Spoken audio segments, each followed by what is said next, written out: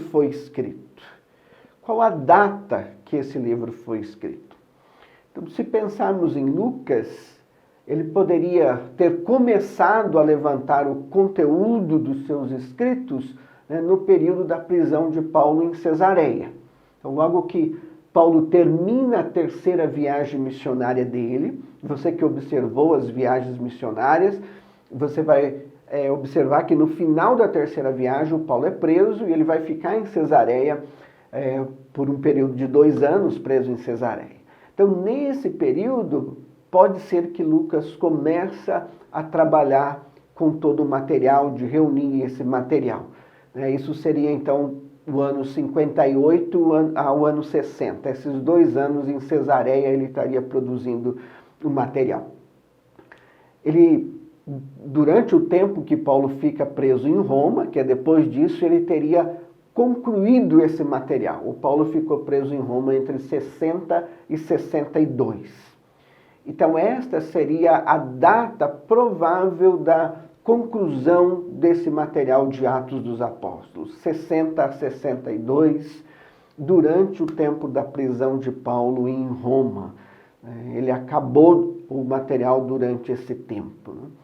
Ele não menciona a morte de Paulo, né, que deve ter acontecido depois que Paulo é solto dessa prisão de Roma, lá em Atos. Paulo deve ter sido morto, martirizado pelo ano 66 a 67. Então, Lucas não menciona isso em Atos dos Apóstolos. Então, provavelmente isso acontece então antes dessa data. Ele não menciona a destruição de Jerusalém no ano 70. Então, ele deve ter concluído isto durante esse tempo da prisão de Paulo em Roma. E podemos focar, então, esta data de 60 a 62 como a data em que o livro foi escrito. Podemos definir esse período, 60 a 62, como a data que o livro foi escrito. O método literário deste livro, você já observou que este livro é uma narrativa histórica.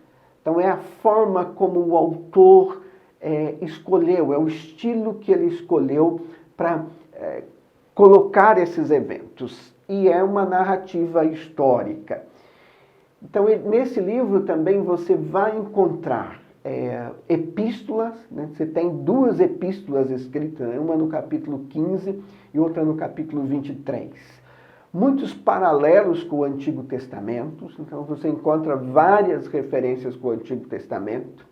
E tem muitos discursos. Atos dos Apóstolos registram muitos discursos. Alguns nós podemos dizer que são sermões, mas enquadra dentro do discurso. Nós temos 30 discursos no livro de Atos dos Apóstolos. Então, nesses 28 capítulos, nós temos 30 discursos. Tem 8 que é atribuído a Pedro, 1 que é atribuído a Gamaliel, 1 de Estevão, 1 de Cornélio, 11 de Paulo, 2 de Tiago, 1 de Galho, 1 de Demétrio, 1 de um escrivão, 1 do Tertúlio, que era o que estava lá na corte, na defesa, e 2 de Festo, do governador.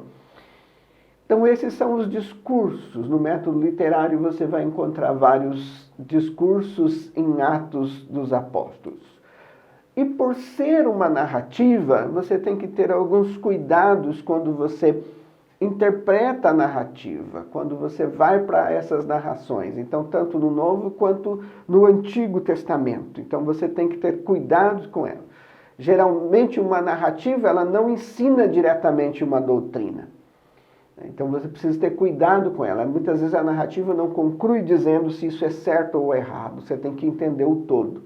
Mas lá na escola, no nosso site, na plataforma, você já viu, nós temos um material que são ajudas para interpretar narrativas. Dá uma olhada nesse material e ele vai te ajudar na sua interpretação também.